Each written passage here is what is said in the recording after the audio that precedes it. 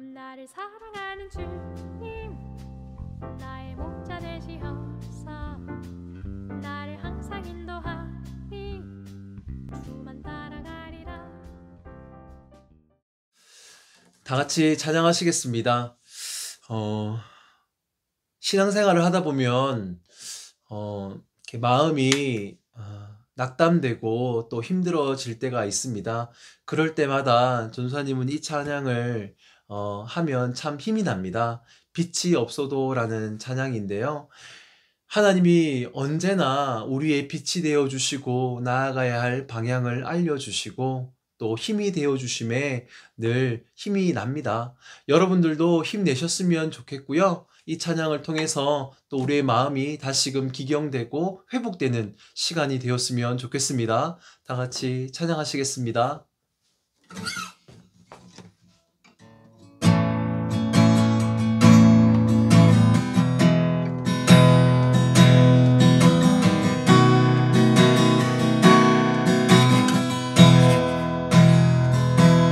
빛이 없어도 환하게 가오시는 주 예수 나의 당신이여, 음성이 없어도 똑똑히 들려주시는 주 예수 나의 당신이여, 당신이 계심으로 나는 있고 당신의 노래가 머금으로 나는 부를 수 있어요. 주여, 꽃처럼 향기 나는 나의 생활이 아니어도 나는 당신이 좋을 수밖에 없어요. 주 예수 나의 당신이여, 나는 없어도 당신이 곁에 계시면 나는 언제나 있습니다. 나는 있어도 당신이 곁에 없으면 나는 언제나 없습니다. 당신이 계심으로 나는 있고 당신의 노래가 머금으로 나는 부를 수 있어요. 주여, 꽃처럼 향기 나는 나의 생활이 아니어도 나는 당신이 좋을 수밖에 없어요.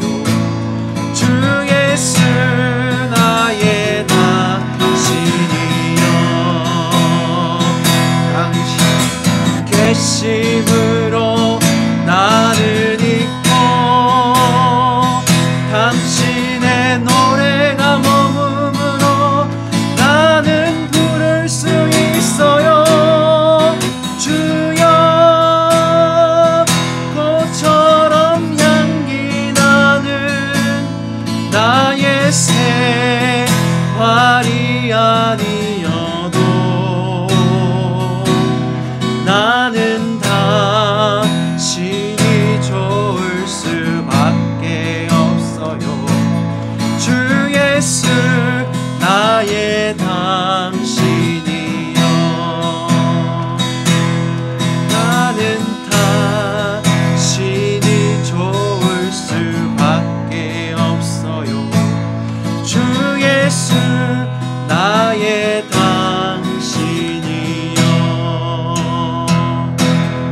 주 예수 나의 당신이여.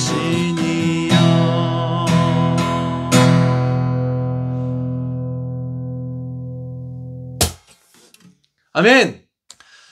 다 같이 찬양하시겠습니다. 예수 그 이름입니다. 하나님의 이름에 능력이 있습니다. 그 능력은 우리를 향한 사랑이라고 생각을 합니다. 하나님의 사랑을 기억하시면서 우리 이 찬양을 뜨겁게 함께 찬양하였으면 좋겠습니다.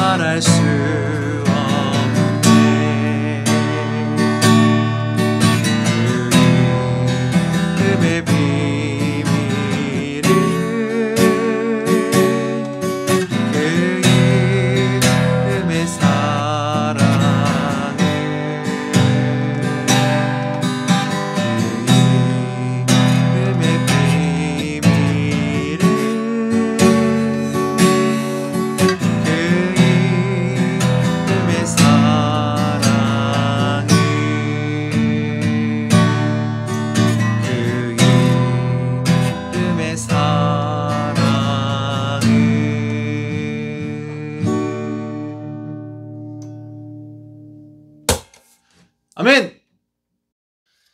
다 같이 하나님 말씀 보시겠습니다. 같이 보실 하나님 말씀은 역대하 36장 11절부터 21절 가운데 21절만 다 같이 봉독하도록 하겠습니다. 다 같이 읽겠습니다. 시작! 이에 토지가 황폐하여 땅이 안식년을 누림같이 안식하여 70년을 지냈으니 여호와께서 예레미야의 입으로 하신 말씀이 이루어졌더라. 아멘. 잠깐 기도하겠습니다. 사랑의 하나님, 감사합니다. 하나님께서 말씀하신 안식년을 대해서 한번 알아보고자 합니다. 이스라엘 백성들이 얼마나 하나님의 말씀을 따랐는지, 그리고 또 따르지 않았는지, 또 하나님은 이들에게 얼마나 많이 사랑하셨는지를 오늘의 말씀을 통하여서 깨닫는 시간 되게 하여 주옵소서. 감사하며 예수님의 이름으로 기도드립니다. 아멘.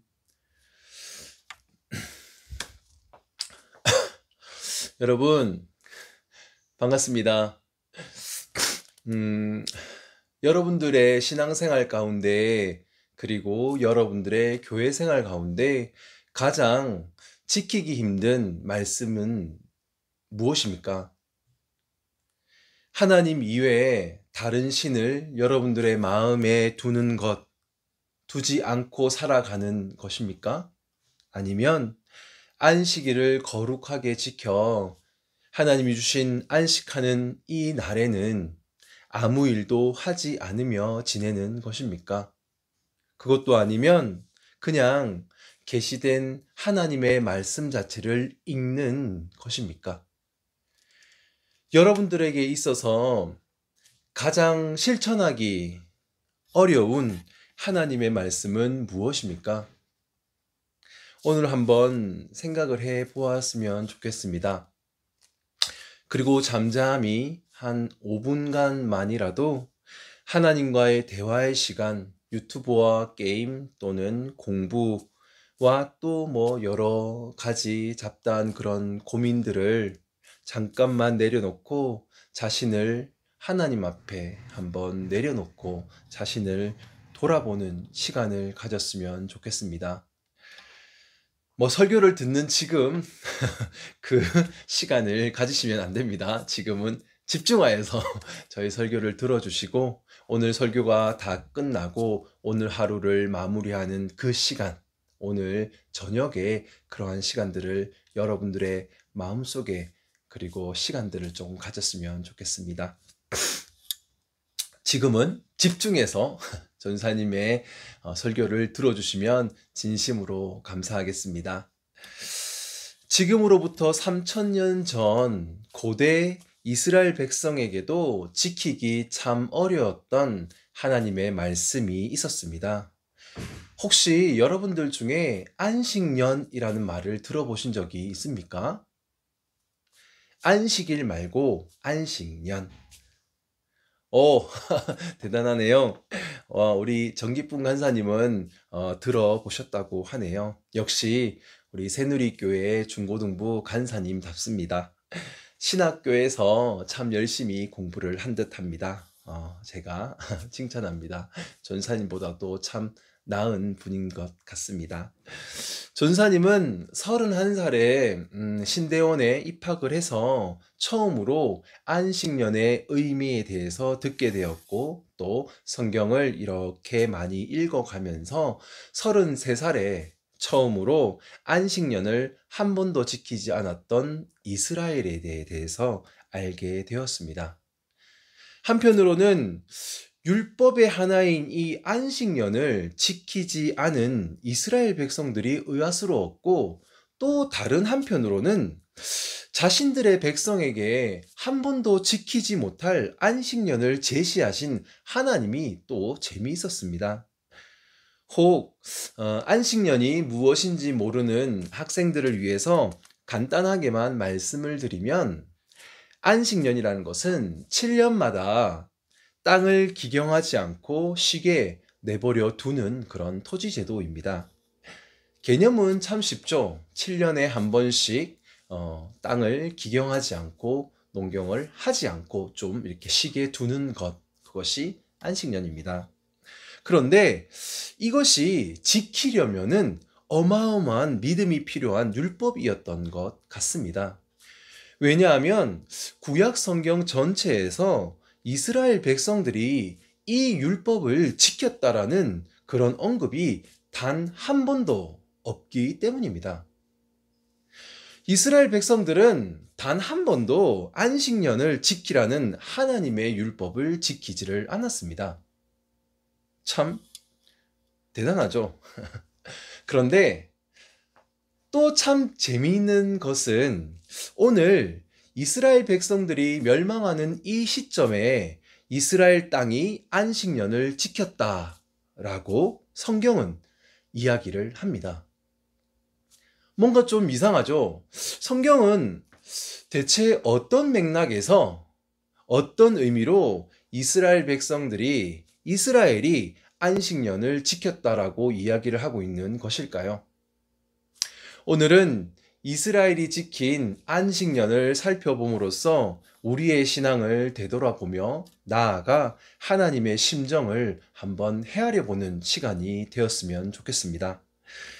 이스라엘의 최종 멸망의 순간 하나님을 믿지 못했고 그래서 하나님의 뜻대로 살지 않았던 그런 그들을 향해서 하나님은 동일한 비슷한 어조로 그들을 조소하십니다.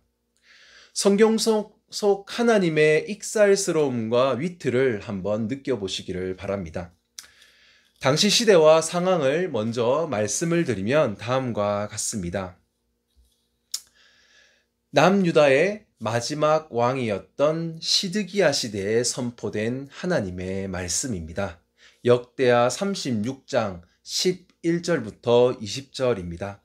차근히 이해를 해 가시면서 읽어보도록 하겠습니다. 시작. 시드기야가 왕이 되었을 때에 그는 21살이었다. 그는 예루살렘에서 11해 동안 다스렸다. 그는 주 하나님께서 보시기에 악한 일을 하였다. 그는 주님의 입에서 나오는 말씀을 선포하는 예레미야 예언자 앞에서 겸손하게 말씀을 받아들이지 않았다. 시드기야는 고집을 부리며 조금 더 뉘우치지 않고 주 이스라엘의 하나님께로 돌아오지 않았다. 지도급 인사들인 제사장들과 일반 백성들도 크게 죄를 지어 이방의 모든 역겨운 일을 따라하였으며 마침내 그들은 주님께서 자신의 것으로 거룩하게 하신 예루살렘 성전을 더럽히고 말았다. 그들의 조상의 하나님이신 주님께서 그들과 그 성전을 구원하실 뜻으로 자신의 백성에게 예언자를 보내시고 또 보내셔서 경고에 경고를 거듭하셨지만 그들은 하나님의 특사를 조롱하고 하나님의 말씀을 무시하고 하나님의 예언자들을 비웃었다. 그러다가 마침내 자신의 백성을 향한 주님의 분노가 치솟으시니 백성을 바로잡을 길이 전혀 없었다. 하나님께서 바벨론의 왕을 불러다가 자신의 백성을 치게 하셨다. 그래서 그 왕은 유다의 젊은이들을 닥치는 대로 칼로 쳐 죽였다. 심지어는 성전 안에서도 그러한 살육을 삼가지 않았다. 그 왕은 잔인하였다. 젊은이나 늙은이, 여자나 남자, 병약한 사람이나 건강한 사람을 가리지 않았다. 하나님은 이렇게 자신의 백성을 그 왕의 손에 넘기셨다. 바벨론 왕은 하나님의 성전 안에 있는 크고 작은 기구와 주님의 성전 안에 있는 보물과 왕과 신하들이 가지고 있는 보물을 모두 도성 바빌론으로 가져갔다. 그 왕은 또 하나님의 성전을 불사르고 예루살렘 성벽을 헐고 궁궐들을 다 불사르고 값진 그릇들을 다 부수어 버렸다. 그는 또 칼에 맞아 죽지 않고 살아남은 자들은 바벨론으로 데리고 가서 왕과 왕자의 노예로 삼았다. 그들은 페르시아 제국이 일어서기까지 거기서 노예 생활을 하였다. 아멘. 이스라엘은 스스로의 교만함으로 하나님을 드러내야 했었던 왕을부터 시작해서 지도자급인 제사장들 또한 크게 죄를 지어 이방의 모든 역겨운 것들을 따라서 행하였습니다. 그리고 마침내는 하나님이 거룩하게 하신 성전까지 하나님의 이름을 거하게 했던 그 성전까지 더럽히게 이르렀습니다. 이뿐만이 아닙니다. 이들은 하나님이 특별히 선택하여 보낸 예레미야와 같은 선지자들도 무시하며 조롱하고 비웃었습니다. 그래서 예레미야는 왕궁에서 예언 사역을 하면서 감옥에 갇히기를 여러 번 합니다. 예레미야 37장 17절부터 21절 그리고 38장 6절과 28절입니다. 한번 확인해보고 넘어가도록 하겠습니다. 시작. 예레미야는 시드기야 왕에게 호소하였다. 제가 임금님이나 임금님의 신하들에게나 이 백성에게 무슨 죄를 지었다고 저를 감옥에 가두어 두십니까? 바벨론 왕이 우리나라를 치러 오지 않을 것이라고 임금님께 예언하던 임금님의 예언자들은 지금 어디에 있습니까? 시드기야 왕은 사람들에게 명령을 내려 예레미야를 근위대 뜰에 가두고 그 도성에서 양식이 모두 떨어질 때까지 빵 만드는 사람들의 거리에서 빵을 매일 한 덩이씩 가져다가 예레미야에게 주게 하였다. 이렇게 해서 예레미야는 근위대 뜰 안에서 지내게 되었다. 그래서 그 고관들이 예레미야를 붙잡아서 왕자 말기야의 집에 있는 물 웅덩이에 집어넣었다. 그 웅덩이는 근위대의 뜰 안에 있었으며 사람들은 예레미야를 밧줄에 매달아 웅덩이 속으로 내려 보냈는데 그 물웅덩이 속에는 물은 없고 진흙만 있어서 예레미야는 진흙 속에 빠져 있었다. 여호와 하나님의 예언자였던 예레미야는 사람들의 비웃음거리요 비아냥거리로 전락해 버립니다. 이것이 표면적으로는 예레미야가 무시를 받은 것이 맞습니다. 그런데 사실은 내면적으로 보자면 예레미야를 사용하고 계신 여호와 하나님이 자신들의 백성에게 무시를 받고 계셨던 것입니다. 자신의 친백성에게 비웃음거리요 비아냥거리로 무시를 받고 있었던 것입니다. 참으로 안타까운 하나님과 하나님 백성의 관계입니다. 이에 하나님은 역대하 마지막 장인 36장에서 이스라엘이 사용하고 있었던 조소의 방식으로 그들을 동일하게 조롱하십니다. 역대하 36장 21절입니다. 다 같이 한 목소리로 하나님의 조소를 한번 읽어보았으면 좋겠습니다. 시작!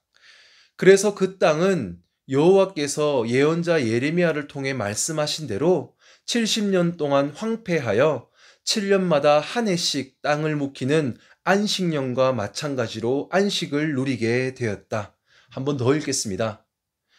그래서 그 땅은 여호와께서 예언자 예레미야를 통해 말씀하신 대로 70년 동안 황폐하여 7년마다 한 해씩 땅을 묵히는 안식년과 마찬가지로 안식을 누리게 되었다.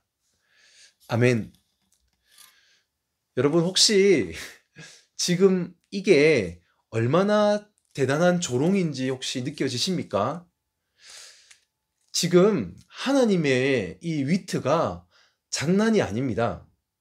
그들이 자신의 백성들인 이스라엘이 심각할 정도로 하나님의 예언자를 조롱하고 하나님을 무시하고 비웃자 이번에는 하나님이 그들과 동일한 장르를 사용하셔서 그들을 비웃습니다. 전사님은 이 부분이 박장대소가 터지면서 이렇게 묵상을 하는데 눈물이 났습니다. 이 안식년이라는 것이 지금 이 상황에서 언급되는 것이 진짜 기가 막힌 하나님의 비아냥거림이자 조소이고 또 하나님의 눈물입니다. 왜냐하면 지금부터 잘 설명을 해보도록 하겠습니다. 성경이 한편으로는 무지하게 문학성이 있고 재미있고요. 또 다른 한편으로는 우리에게 참 묵직한 무언가를 그 하나님의 심정을 우리에게 이렇게 던져주십니다. 하나님이 참 대단합니다.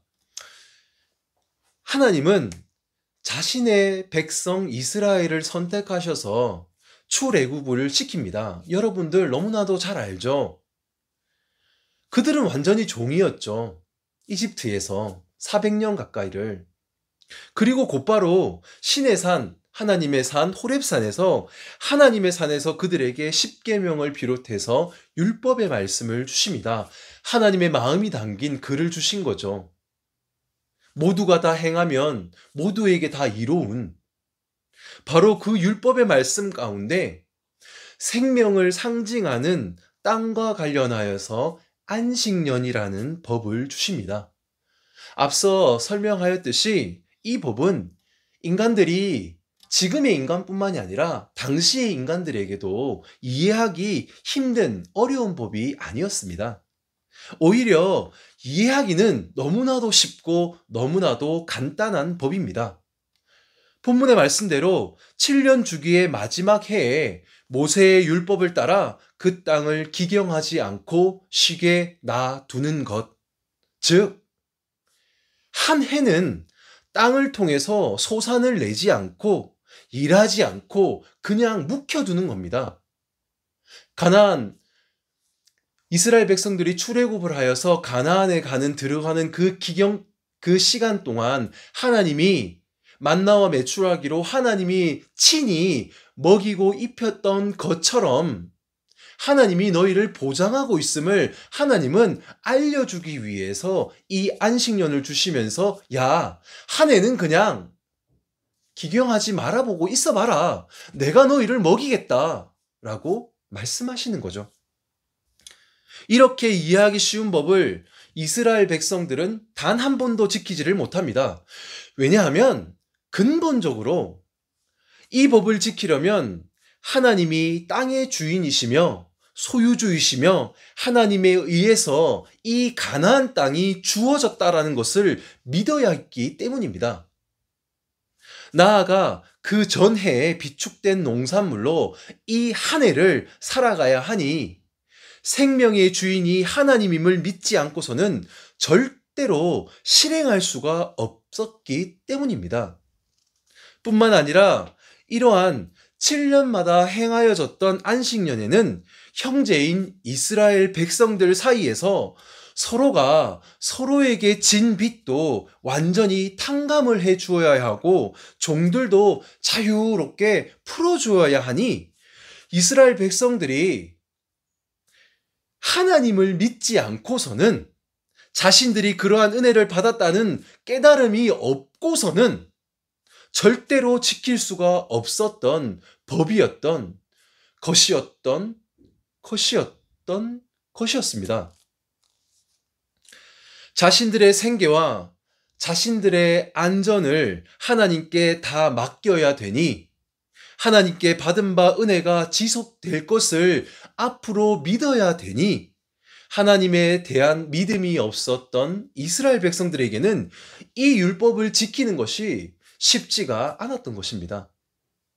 그래서 그들은 구약의 역사 가운데 단 한 번도 안식년을 지켰다라는 기록이 없습니다. 그들은 단 한 번도 안식년을 지키지를 못했던 것입니다. 율법에 아무리 명확하게 명시해 놓았을지라도 이렇게 말입니다. 레위기 25장 4절부터 5절 이렇게 명확하게 하나님의 율법 가운데 기록해 놓았을지라도 그들은 단 한 번도 안식년을 지키지를 못하였습니다. 아브라함에게 맹세하였던 땅과 민족과 복을 하나님의 전적인 은혜로 주었다는 사실과 나아가 애굽의 종되었던 그들을 노예에 불과했던 그들을 하나님의 일하심으로 자유인이 되게 하셨다라는 이 사실을 망각하자 하나님의 백성 이스라엘은 하나님의 뜻대로 안식년을 단 한 번도 실행하지를 못합니다. 그런데 하나님은 이스라엘 백성들이 구약의 역사 가운데 단 한 번도 지키지를 않았던 안식년을 무려 10번이나 지킬 수 있도록 기획을 하십니다. 그것이 바로 바벨론 포로 70년 기획입니다. 21절이 그 내용입니다. 그리고 이렇게 기록을 하지요. 땅이 안식년을 누림같이 70년을 안식하였다라고 말입니다. 이제 드디어 이스라엘 백성들은 출애굽부터 시작을 해서 남유다가 멸망하기까지 대략 정확하지 않아도 대략 1000년의 시간 동안 단 한 번도 순종하지 않았던 여호와의 율법을 지키게 된 겁니다. 스스로 자진해서요?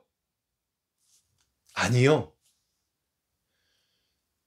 그들의 자멸 속에서 그들의 불손 중에 그 끝에서 의도치 않게 순종하였다라고 하나님의 쓰라린 조서가 기록이 되는 겁니다. 그리고 하나님은 씁쓸하게 이렇게 말을 하는 거죠. 안식년이 치러지게 되었구나라고 말입니다. 하나님의 백성 이스라엘의 그 포로됨을 바라보시면서 하나님은 참 많이 아프셨습니다.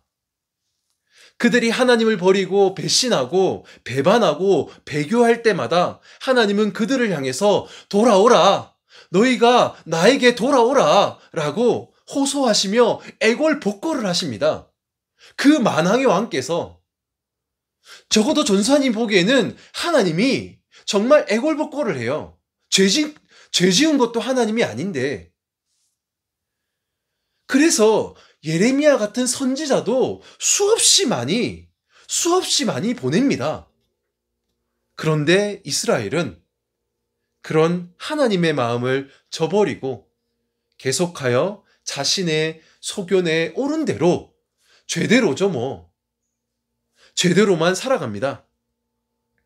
하나님의 말씀을 읽지 않고, 왕부터 시작해서 하나님이 행하신 일을 기억하지도 않고 말로만 성경이 영적 양식이라고 그냥 말로만 떠들 뿐 아무도 먹지를 않았습니다.